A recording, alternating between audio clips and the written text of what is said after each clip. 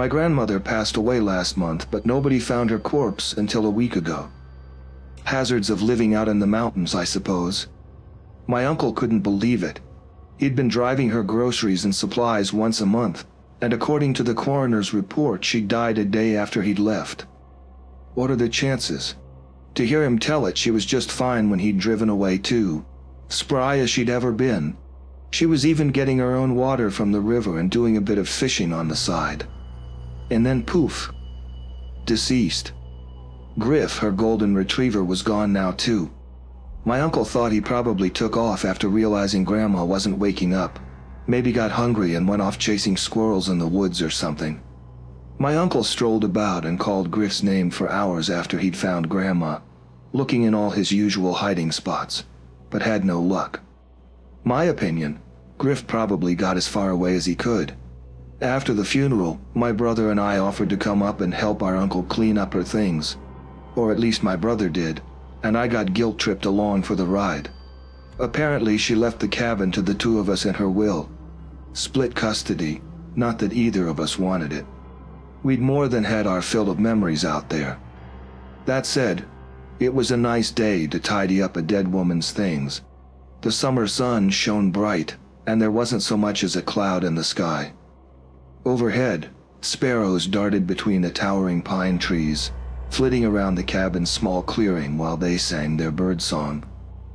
"I'm gonna bring this stuff down the mountain and head in for the night," Uncle Jake said, gesturing to his pickup truck full of Grandma's furniture. "You two gonna take off soon, or spend the night?"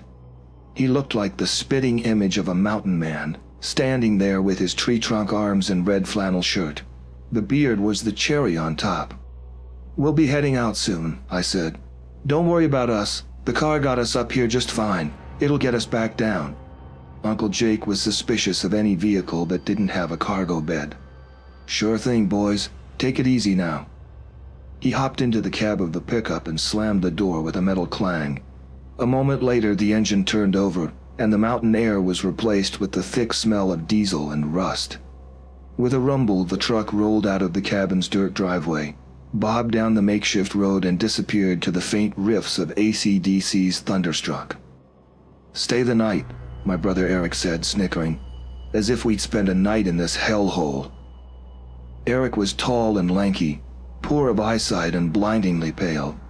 He pulled his thick glasses from his face and wiped the lenses clean on his Marvel t-shirt. "I say we finish these last couple boxes and follow him down." He peered up through the pine trees overhead, where the sun was beginning its slow descent into the evening. "We're a few hours from dark yet, but I want to be far from these woods when the lights go out." He shot me a knowing wink. I walked up the creaking wooden porch and pulled the thick door open. "Then stop looking at your phone every 5 minutes and help me get this shit done." I stepped inside, leaving the door to swing in the breeze. "Help me get this shit done," he repeated in a mocking tone, following me inside. "I'm just trying to get in touch with Dad. He still hasn't answered my texts. Maybe that's because we don't have any service out here. I meant since the funeral. The dude's been a total recluse since Mom died." "Yeah, well, I could care less. The guy's a complete asshole anyway." I crouched down in front of a bookshelf and began pulling out dusty tomes, filling my arms with as many as I could manage. "He's still our dad," Eric argued. "Now that Grandma's dead, it's only a matter of time before it's just the two of us. And can we be honest? Uncle Jake's a few whiskey bottles shy from dead himself." He squatted down beside me and plucked some books from the shelf. "It'd be nice not to burn every bridge in this family." "Can't burn a bridge that never existed in the first place, can you?" I stood up and walked to the boxes by the window, then tossed the books in carelessly, wanting to be done with this as soon as possible. The longer I spent here, the more the memories threatened to come crawling back. "Do you ever think about what happened?" Eric asked, coming up from behind me and gently placing his books in the box. He frowned at my disorganized mess and began restacking them neatly. "No." "Really?" Eric didn't sound convinced. "I think about it almost every day. It was horrible." I didn't say anything. Instead, I walked back to the bookshelf and grabbed another armful of books, then stomped back to the box and dumped them in. "Hey," Eric said. "Listen, jackass. You could at least have a little courtesy." He gestured to the books he was arranging inside, neat and tidily with their spines facing upward. One of them was called Mysteries of the Cryptids. I looked away.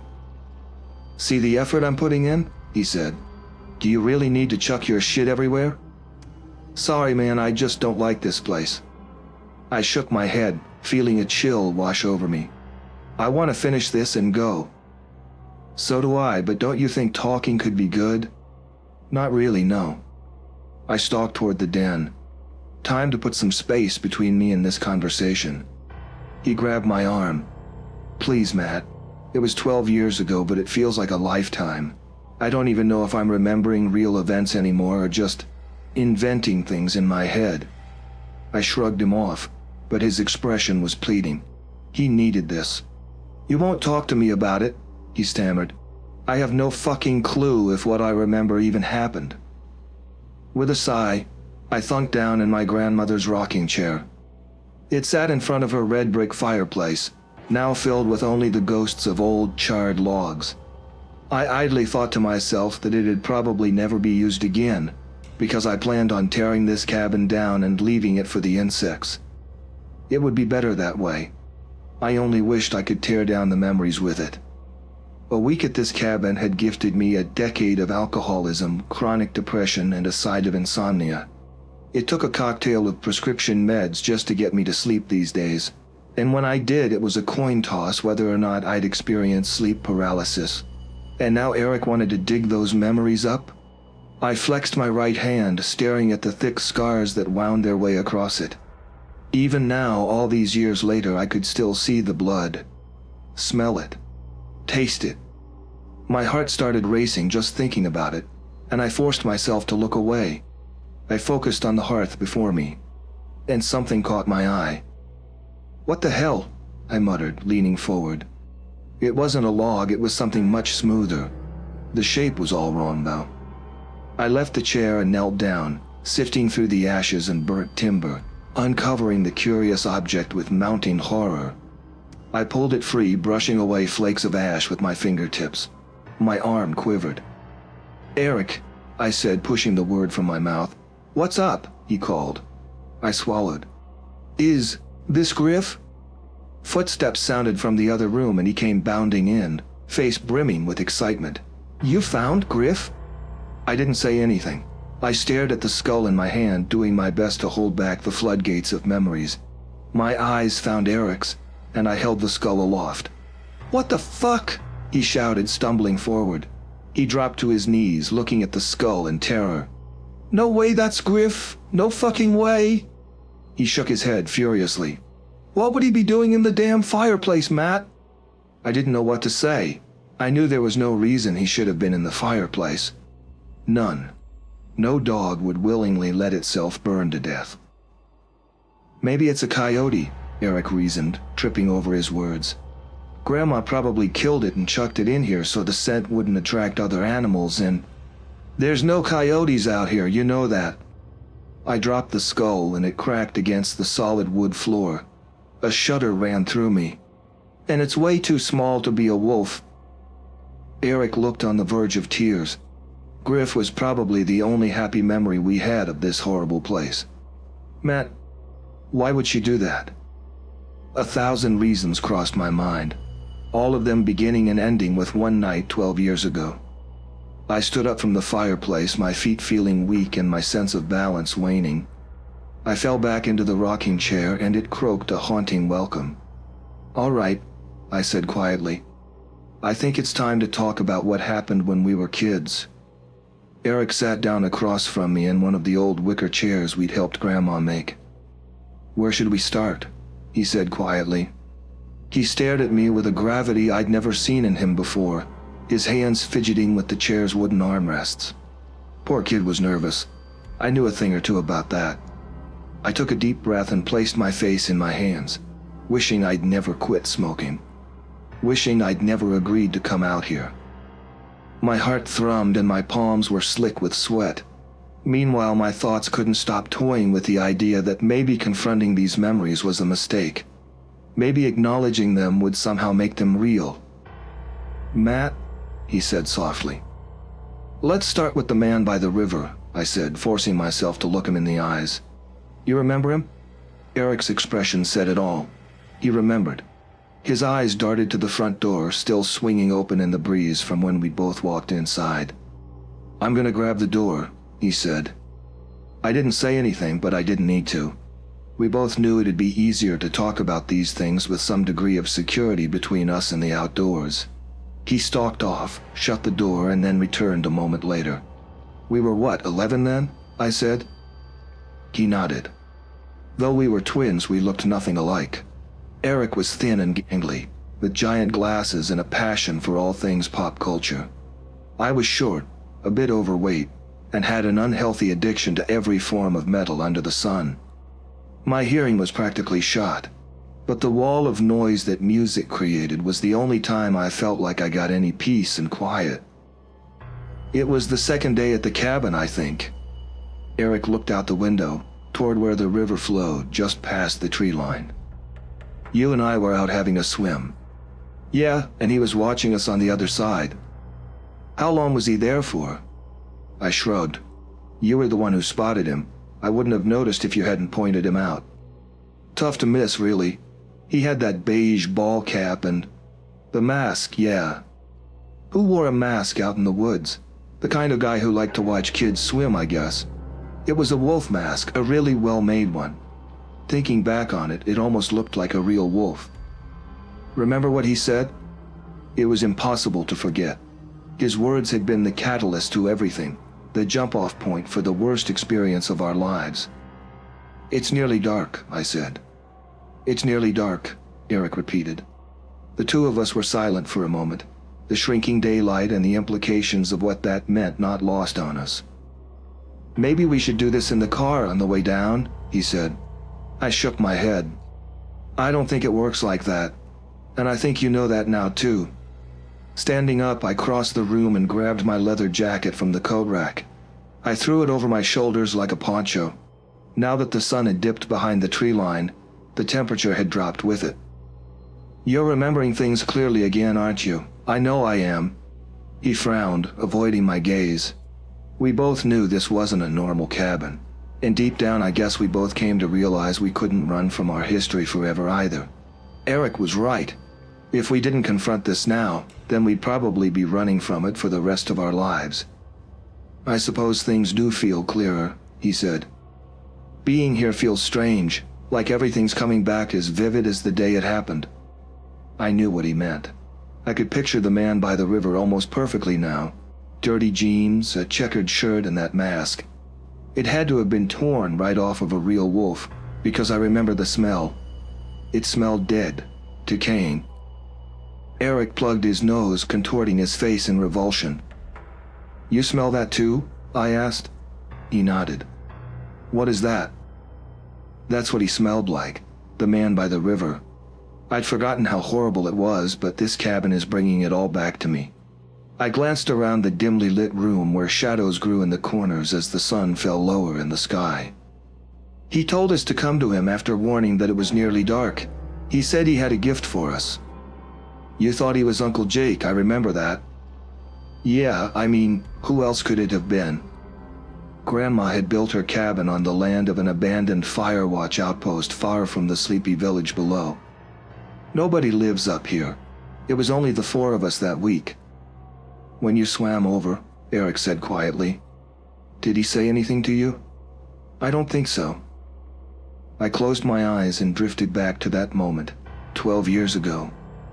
In spite of it being the height of summer, the river was freezing that day, and the current had made it hard to get across.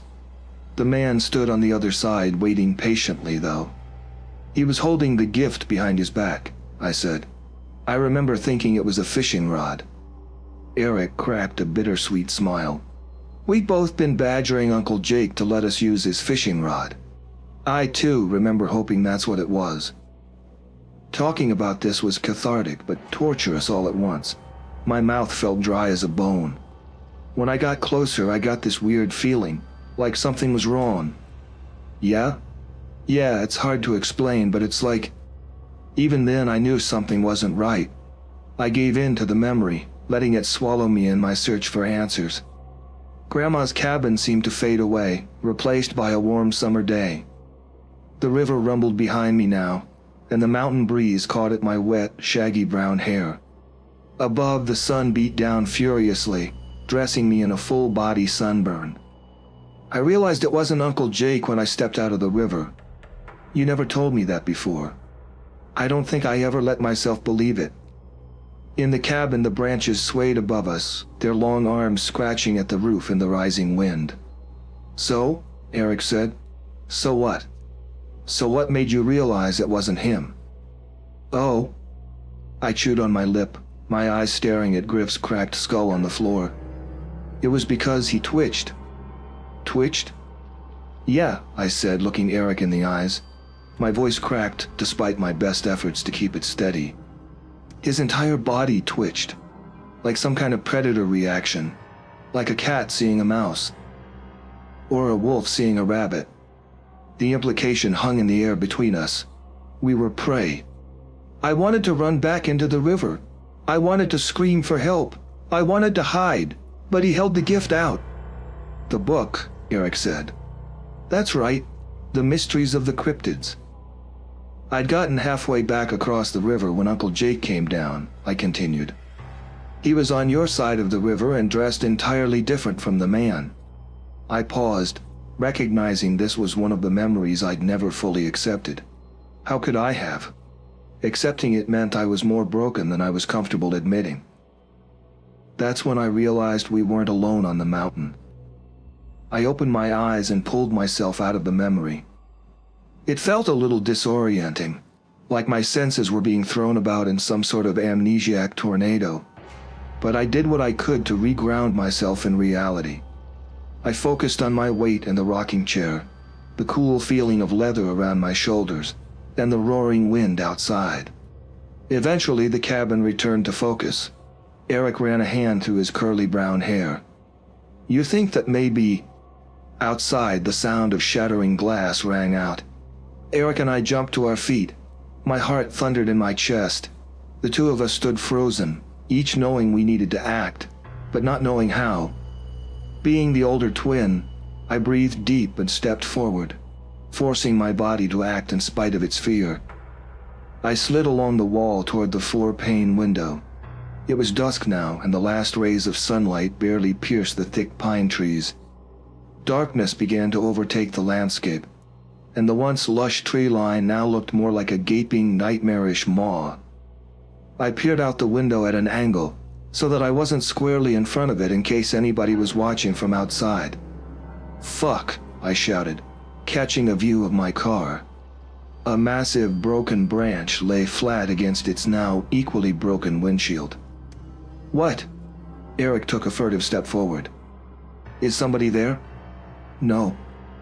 I pulled my jacket from around my shoulders and shoved my arms through the sleeves, zipping it up proper. Fucking branch just smashed my windshield. Story time's over.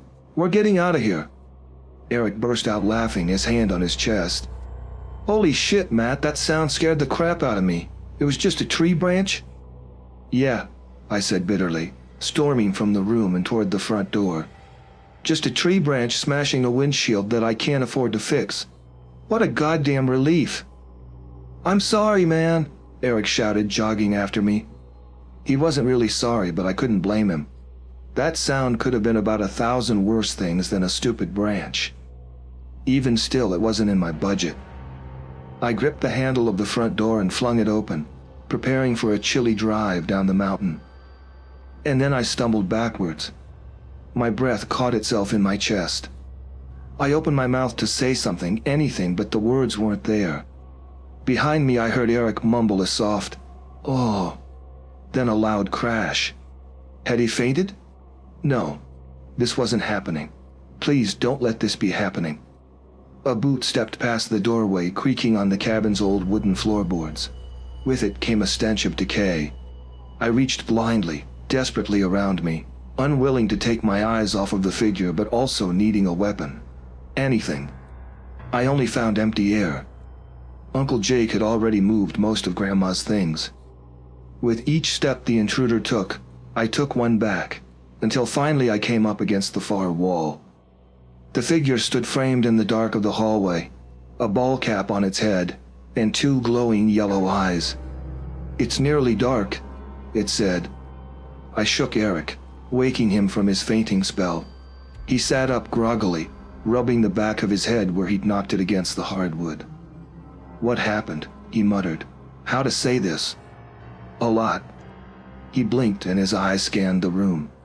Then he froze, his hand gripping my arm as he looked up at the man by the river, standing before us dressed in his beige ball cap, checkered shirt and dirty jeans. The wolf mask he wore reeked of decay, and its eyes glowed a faint yellow. "It's nearly dark," the man said. "Yeah, I know," I said irritably. "You all right, Eric?" He looked from man back to me, his mind probably reeling. "What's going on?" he whispered. I shrugged. It was the truth. I had no idea what was going on.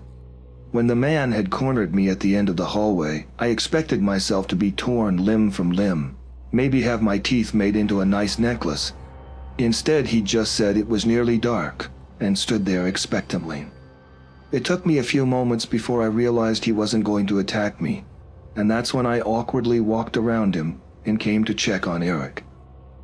"I don't think he's going to hurt us," I said. Not that I knew that for sure, but I figured if we'd survived this long, then we might be in the clear. Although I don't really know what his deal is. Eric stood, steadying himself against me. He studied the man. What if he's warning us? What if he was warning us back then too? The book flashed in my mind. The Mysteries of the Cryptids, a pulp fiction novel the man had given me during our last encounter, back when I was just a kid. Eric had packed it into one of Grandma's moving boxes, not even realizing it. If he is, then he probably wants us to read that book. I marched from the room, past the man, and tore open the box of books. I rifled through it, tossing whatever I didn't need in every which direction. Finally, at the bottom, I found it. I picked it up and ran my fingers over its faded cover. The thing was in pretty bad shape, with some of the pages fused together from water damage during its river crossing. The illustration on the front was of a Sasquatch being strangled by a sea monster. Lovely. "Is this what you want us to read?" I asked the man. He didn't move, didn't speak. "Let me guess," I said, crossing the room back to Eric. "It's nearly dark." "Don't be a dick," Eric muttered. He held out a hand for the book, and I passed it to him gladly. Out of the two of us, Eric was the academic. If there was a mystery to be solved in those pages, then he would be the one to do it. "This thing looks like it was written in the 50s, he said, looking over its cover. "Right down the art style." He flipped the book in his hands, scanning the text on the back and reading it aloud. "A compendium of the greatest mysteries known to man. Cryptids have long since fascinated the scientific community, though their existence is highly contested.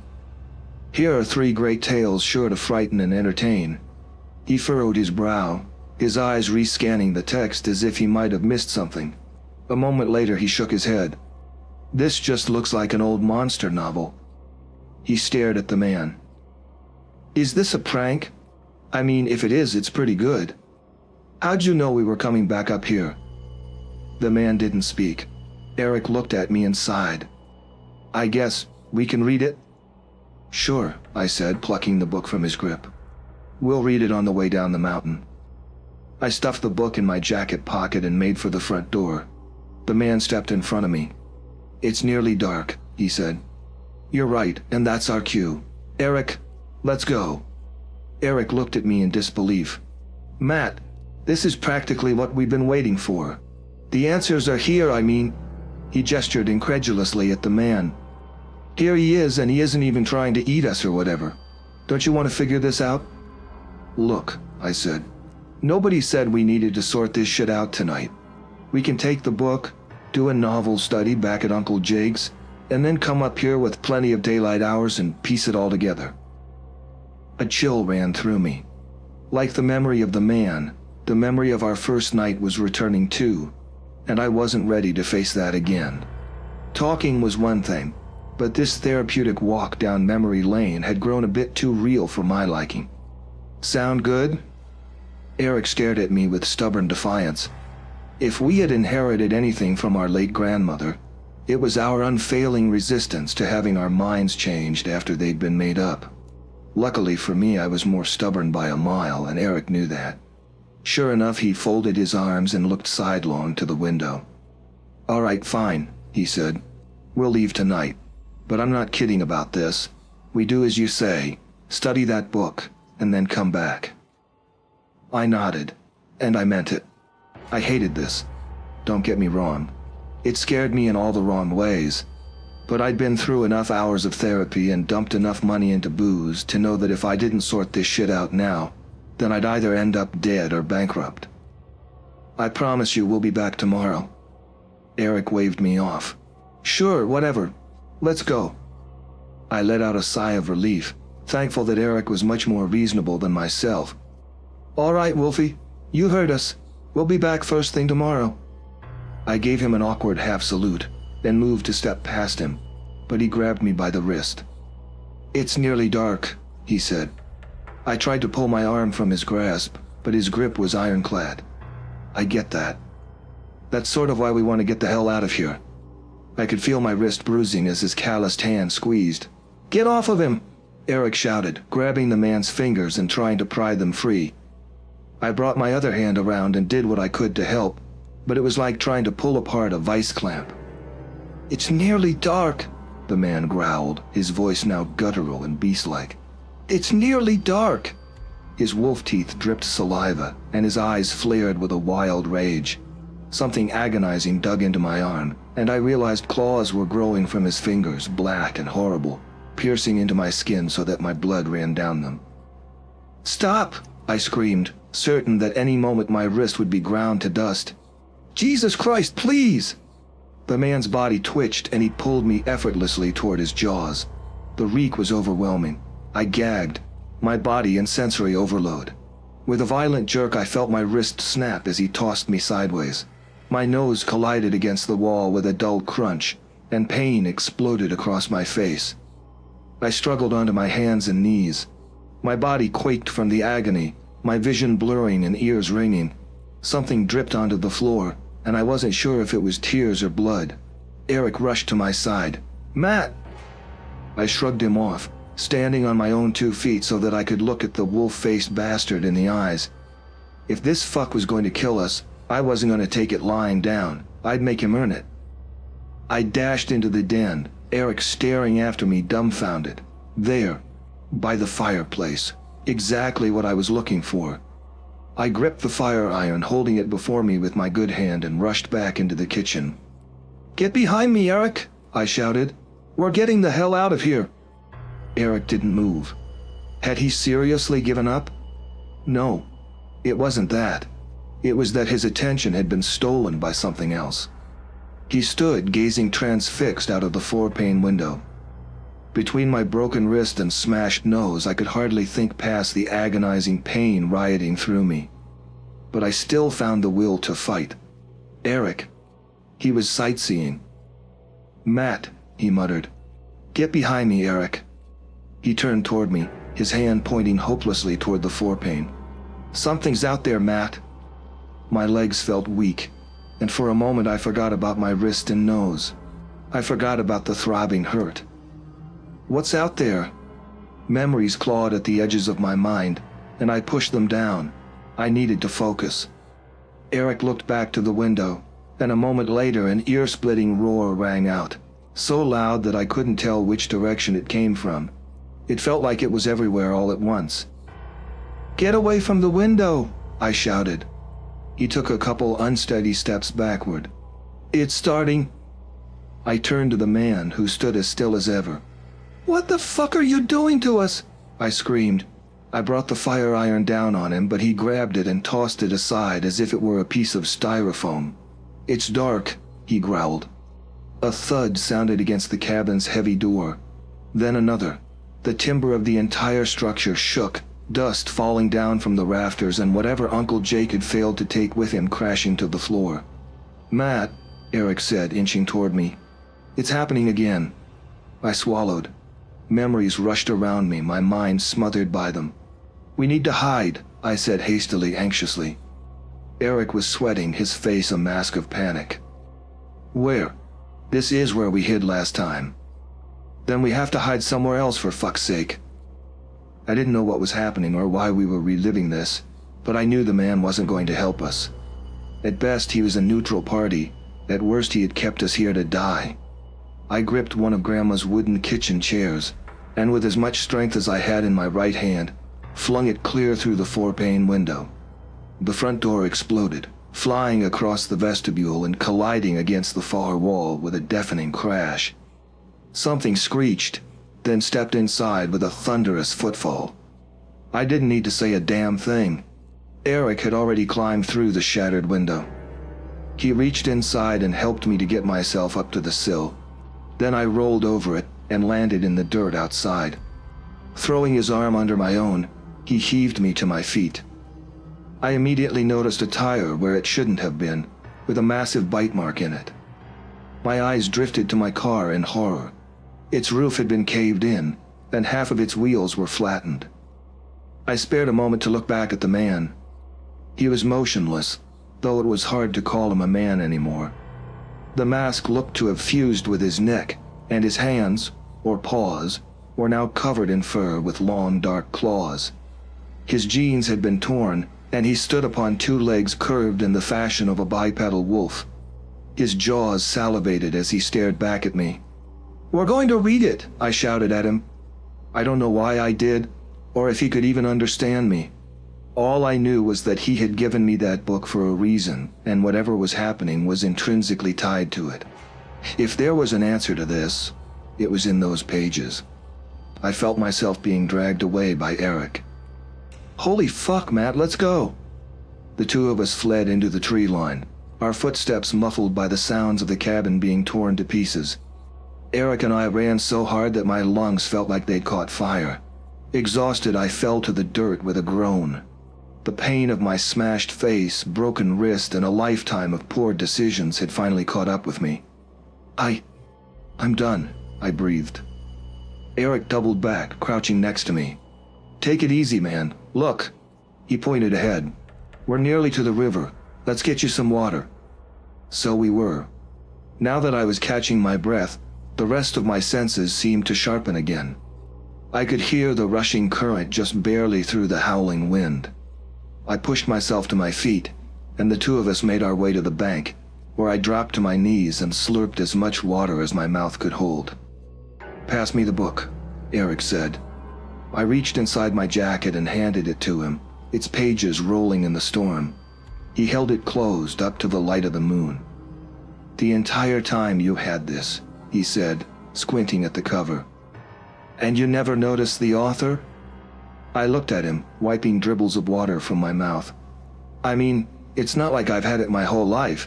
I left it here when we went home. I really didn't need any mementos of that week." "Who wrote it?"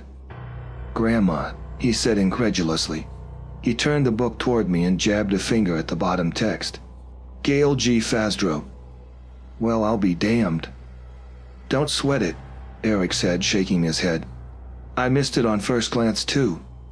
He glanced around, no doubt scouting for a place free from wind with enough moonlight red by. Eventually he settled on a large boulder near the water, shielded from the storm by a gnarled fir tree. He clambered up it with some effort. "Did you know she was a writer?" he called down to me. "Not at all," I said. Come to think of it, I had no idea about anything Grandma did, besides come over every Christmas and bake apple tarts. Mom never talked about it. Eric flipped the book open to the first page and adjusted his glasses.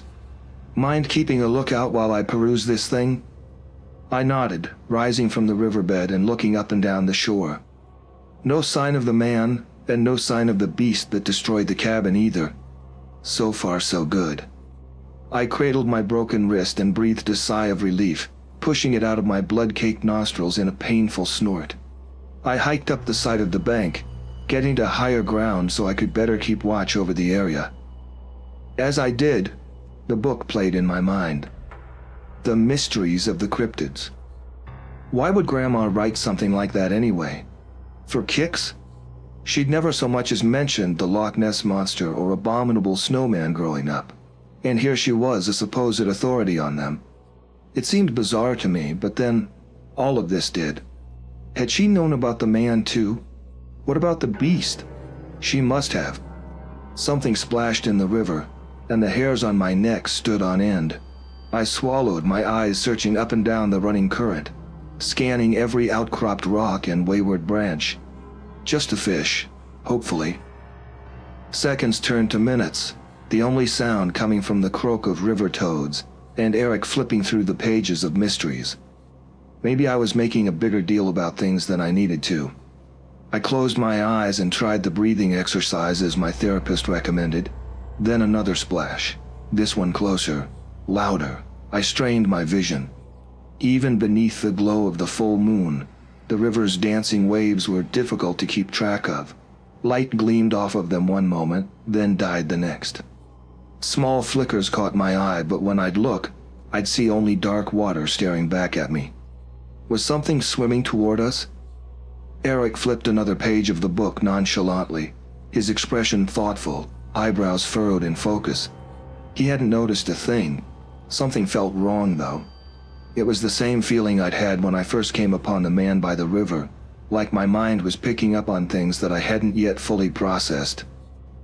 "Eric," I called, taking a couple steps on the stone shore. "Come away from the water." He looked up, perplexed. "Why?" He adjusted his glasses and looked around, holding his hair against the wind. "Is something here? I need the light of the clearing to read, Matt. Just get off the fucking rock, man. Come over to me." I glanced upward. The moon shone pale and ominous through drifting clouds. "There's plenty of light over here." "I'm nearly finished, just relax." "Now, man." Groaning, he creased his page and closed the book, then slid down the big rock carefully. He steadied himself on the wet, clacking stones as he walked towards me. "Fuck's sakes, Matt." Another splash. "The day we met the man by the river," I said, the pain in my wrist fading against the backdrop of my mounting fear. I came back down to the water. "What?" Eric said, bracing himself against the roaring wind. "I forgot the book. Jake brought us down fishing rods, remember? I was so excited that I'd forgotten all about mysteries. I left it on the riverbed." I was transfixed by the river now. Something was in there. I knew it. When I came back down to get it, I saw something in the waves. "Like a fish?" Eric said, finally reaching me. He turned, following my gaze to the river, though he looked skeptical. I shook my head. "Bigger, I think. I don't know." I just grabbed the book and ran. Another splash, this one near the shore. I backed up, nearly slipping on the stones. Behind us, the pitch black of the woods, and in front of us, whatever lurked in the water. "You hear that?" I said. Eric nodded, stashing the book in his pocket. "After what happened earlier, I say we don't take any chances. Let's find somewhere safer to read." "Where, though?" "The woods. We'd get lost, and there was no question of that. Back to the cabin or whatever was left of it. No point. The car was totaled. And besides, whatever beast had come knocking didn't sound nearly as reasonable as the man. It was probably still around. No, we were resigned to the river. We just need to be careful and stay as far from the shore as we could." "Good Lord," said a voice nearby. I jumped, my arm flying in front of Eric instinctively. "You boys have really worked yourselves up, haven't you?" I wheeled around to see a familiar face standing at the height of the riverbank, a stone in his hand. He hurled it, and it landed in the water with a heavy splash. "Uncle Jake!" I shouted. He began walking down the bank, slowly, with a sway in his step, like he'd been drinking. "Good news, boys." He shot us a smile, but it felt wrong. Horrible. His eyes were unfocused, and his tongue lolled from his mouth. "I just found Griff, and he can't wait to see you." Uncle Jake ambled toward us, his pace irregular. One moment he moved slowly, the next frantically. His head seemed loose on his neck, rolling about with his momentum. I was so worried about you two, he said. Matt, Eric muttered. I held up my hand indicating for him to be quiet. I was uncomfortable about all of this too, and Jake didn't seem like himself. After everything else that had happened tonight, I wasn't taking chances with anybody, family or otherwise. But still, I needed to know what the situation was. I needed to hear him speak. My eyes darted around, taking stock of our surroundings. If it came to a fight, I wanted to be ready. I cursed myself for letting the man take the fire iron. Still, there was always the river, and in a 2-against-1, Eric and I had a chance against our uncle, even with my busted wrist. I swiveled my gaze back to Jake. He was only a couple car lengths away from us now, and I could see him more clearly. His eyes were pale, milky and faded, like he was drugged. His mess of dark hair shot out from all angles beneath his trucker hat. I'd never seen him in such a sorry state. Boys, he said, burping, I just need to talk to you for a second. About Griff. He's just up ahead, but he's scared of the water. He gestured toward the wood, swaying on the spot. Come see him? I didn't say anything. I knew Griff was dead. I pulled his scorched skull out of the fireplace myself, and Eric had been there with me. Jake took a couple frantic steps forward. I recoiled, putting myself in front of Eric. Call it older brother instincts, call it stupidity. All I knew was this cabin wasn't going to claim any more of my family. "Oh," Jake said, stopping and tilting his head. "Are you afraid?" Another burp. "Of me?" "What's going on here?" I said quietly. "I'm talking to my nephews," he chuckled, feet dancing to keep his balance. "Come on, Matthew, Eric, let's go." Another step forward.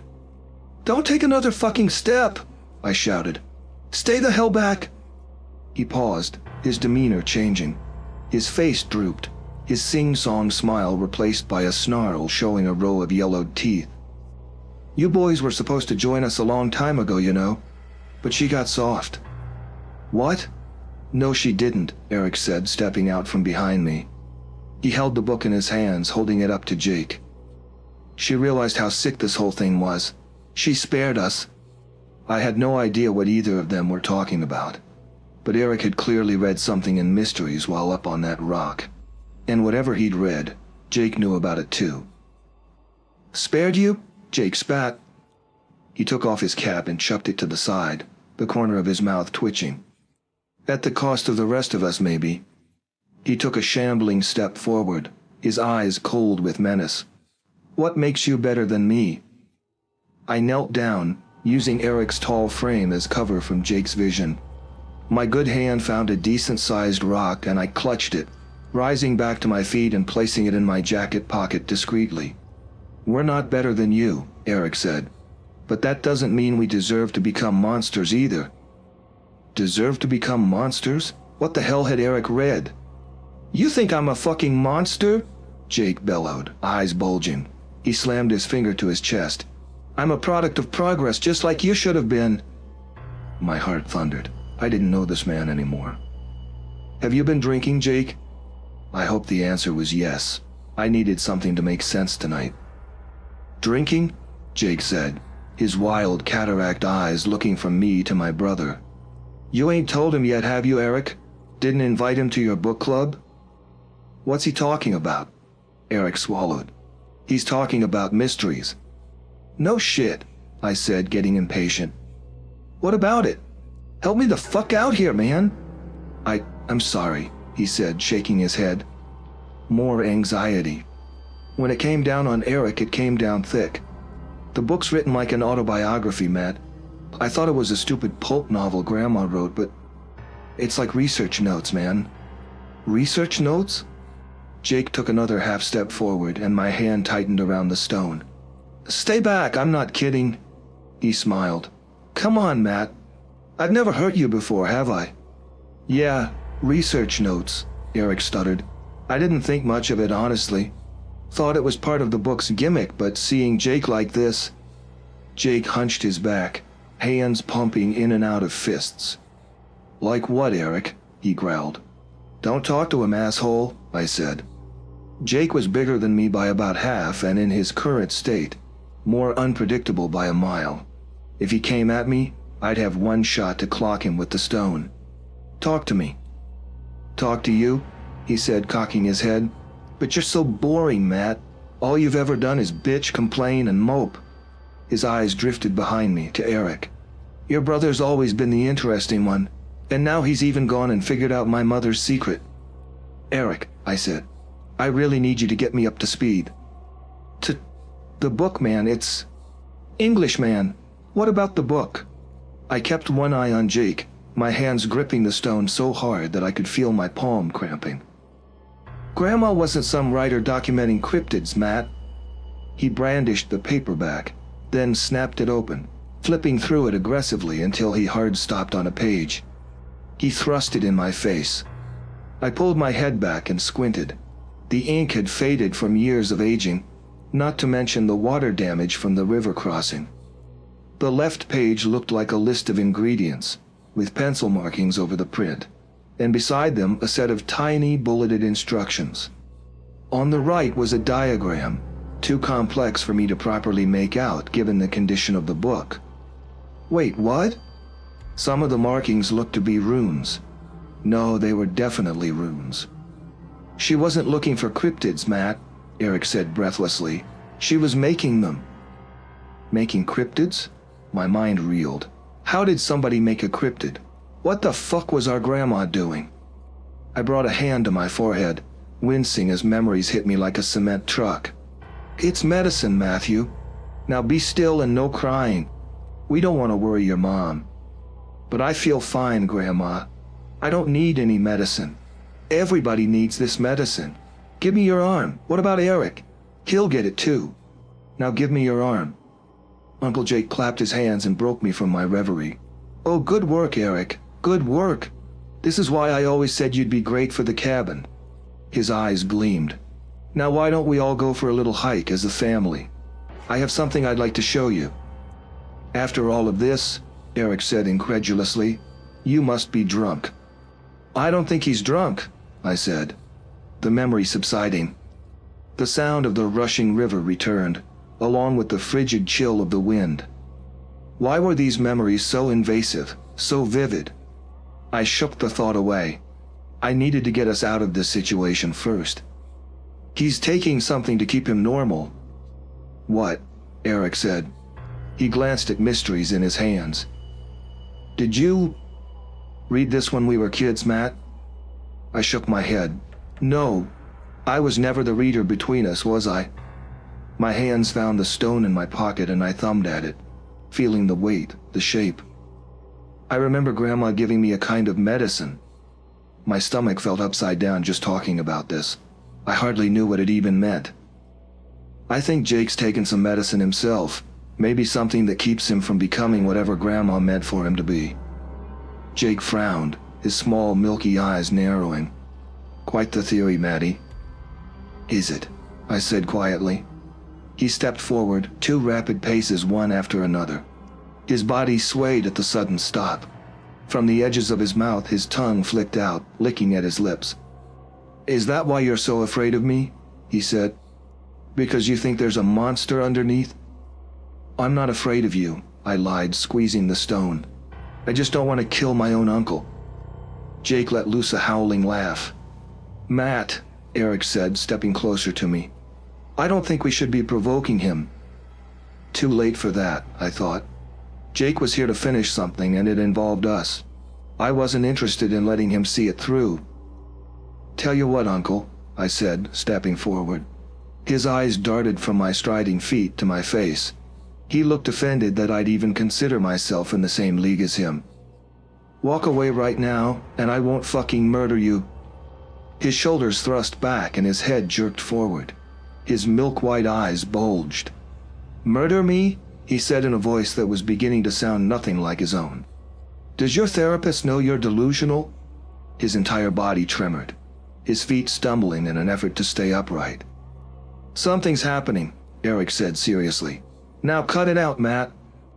A lot was happening. More would be happening soon, I could guarantee that.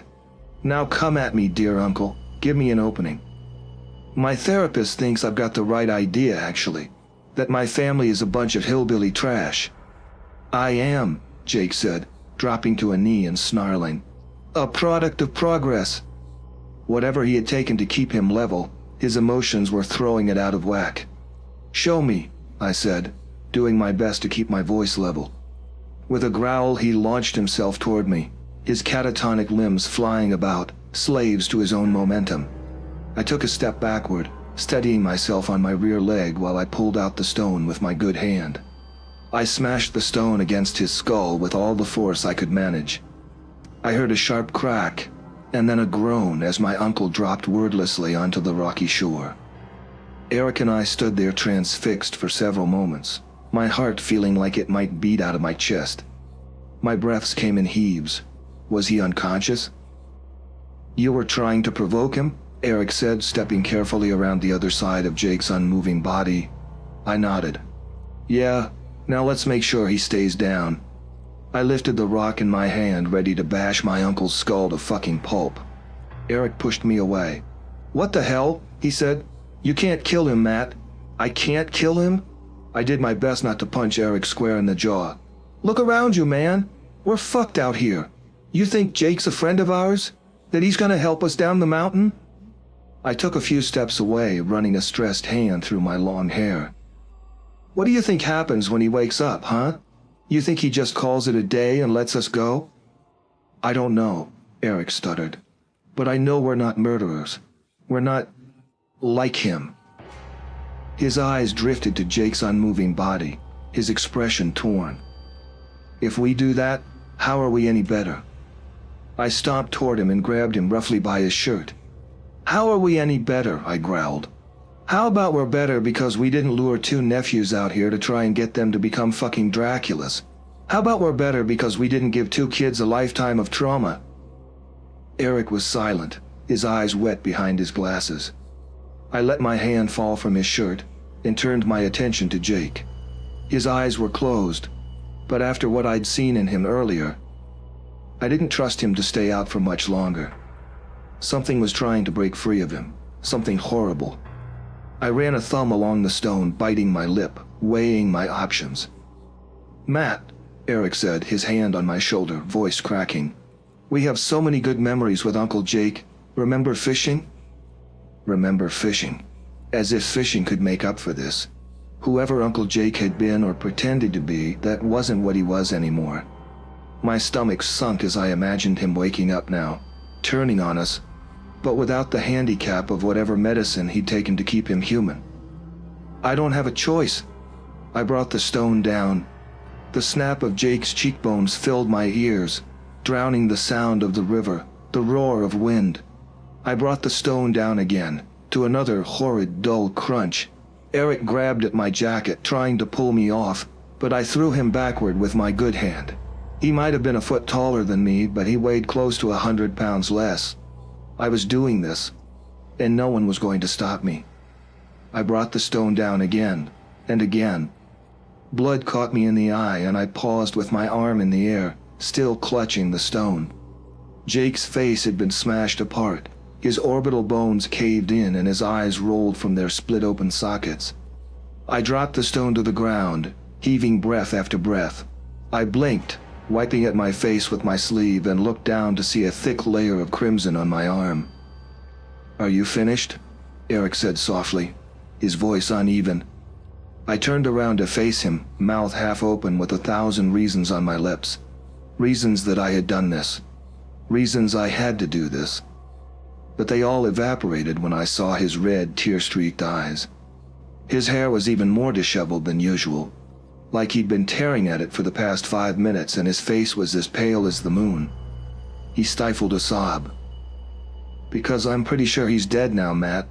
I looked back to Jake's corpse, and slowly rose to my feet. His face was mangled. Bone splinters lay scattered around what remained of his cheeks. I forced myself to look away, but there was something oddly intoxicating about it. The way the blood pooled beneath his head, the way his limbs had stopped twitching after my 5th strike with the stone. I licked my lips. The medicine appears to be working well. You can go and play with your brother now, Matthew. We should be okay now, I said, swallowing. My head felt woozy, hazy. Should we? Eric said, pulling off his glasses and dabbing at his eyes with a sleeve. Are you okay? What? I shook my head. Of course I was okay. I was the older brother, wasn't I? I could handle this. I had handled this for years. Just another notch on the trauma belt. No big deal. Why were my ears ringing? I'm fine. Okay, Eric said. Was that anger in his voice? It got a little hard to tell back there. My heartbeat slowed and the world refocused. I looked at Jake and felt a sickness grow in my stomach. Had I really done that to him? He was going to hurt us, Eric. I said the words because they were the words that seemed right to say. What was I supposed to do? Let him drag us off to God knows where and turn us into fucking... Fucking what? Eric said, rounding on me. Monsters? I took a step back, feeling my vindication crumbling against his words. No, man. Cryptids. I felt off. Strange. Unwell. I licked my lips again. When did they get so dry? Just give me a second, will you? He didn't say anything, just stared at me with this crushing look of disappointment. Where tears had streaked his cheeks earlier, they were now a bright red, flush with anger, resentment. Heaving a sigh, I walked off down the riverside, trying to piece together what had just happened, what might still be happening. Above, thunder cracked and rain pelted my face. The storm was worsening. Of course it was. He was going to kill us, I mumbled to myself, hoping that saying the words aloud would help me understand them. Or at least he was going to hurt us, turn us into something horrible, definitely. I had to kill him first. I had to. I didn't have a choice. No, a voice somewhere inside me said. I did have a choice. He was unconscious, wasn't he? We could have run, left him there. I chose to kill him. More thunder, more rain. I pulled my jacket tighter around me, shivering as I did my best to come to terms with what happened. There's no going back now, I said quietly, doing the self-talk my therapist recommended. I have to accept it and move forward. I made a difficult choice to protect my brother, and beside me the river gurgled and a large bubble grew on the surface, popping with a wet slosh. Had the current shifted? I slammed my eyes shut, trying to reground myself in the moment. I did my breathing exercises, focused on the cold rain, the howling wind, and the pain in my wrist. Then a splash. Bigger, louder than any before. Like an entire tree fell into the damn drink. Eric, I called. No time to feel sorry for myself. We weren't safe yet. Fuck off, Matt. He was further up the river. Had he not heard it over the wind? No, look. I jogged back to him, doing my best to ignore my splitting headache, the heavy guilt in my gut. You're right, man. I shouldn't have done that. I don't know why I did or why I didn't listen to you, but the river's current grew still, and something rumbled in the water. Stones rolled from the riverbank into the drink, and a dark shadow began to fill the surface of the channel. Eric took a step back, eyes wide in terror. I knew exactly what he was thinking, because it was all I could think of too. Something was in the water. Had Jake summoned it with the stones? Eric, I began, but he turned away from me. He started clambering up the bank of the river toward the wood. Eric, I shouted, scrambling after him. Can we talk? I don't really feel like talking right now, he said bitterly, stalking into the tree line. Let's just get away from the damn water. I reached the top of the bank and then ran to catch up with him. I just need to talk about what happened earlier, please. I don't want to talk about earlier, Eric said flatly. He squinted up at the rainy sky through the forest canopy. The storm's getting worse, and we're not exactly dressed for the weather. He tugged pointedly at his hoodie, wiping a wet mop of curly hair from his forehead. We need to find some shelter. We're not making it down the mountain tonight. No, that much was true. It was an hour drive just getting up the mountain, and that was without whatever creatures the darkness had coaxed out. We can try the cabin, I said, not feeling much like I deserved to be making suggestions anymore. The beast knows about the cabin, Eric argued. That's assuming the cabin's even still standing. He shivered, bringing his hood up and over his head. But there's the cave. The cave. We'd meant to explore it when we were kids, but Grandma had stopped us. She said it was too far from the cabin and that there were cougars in the woods. Bears. Right, I said. Do you remember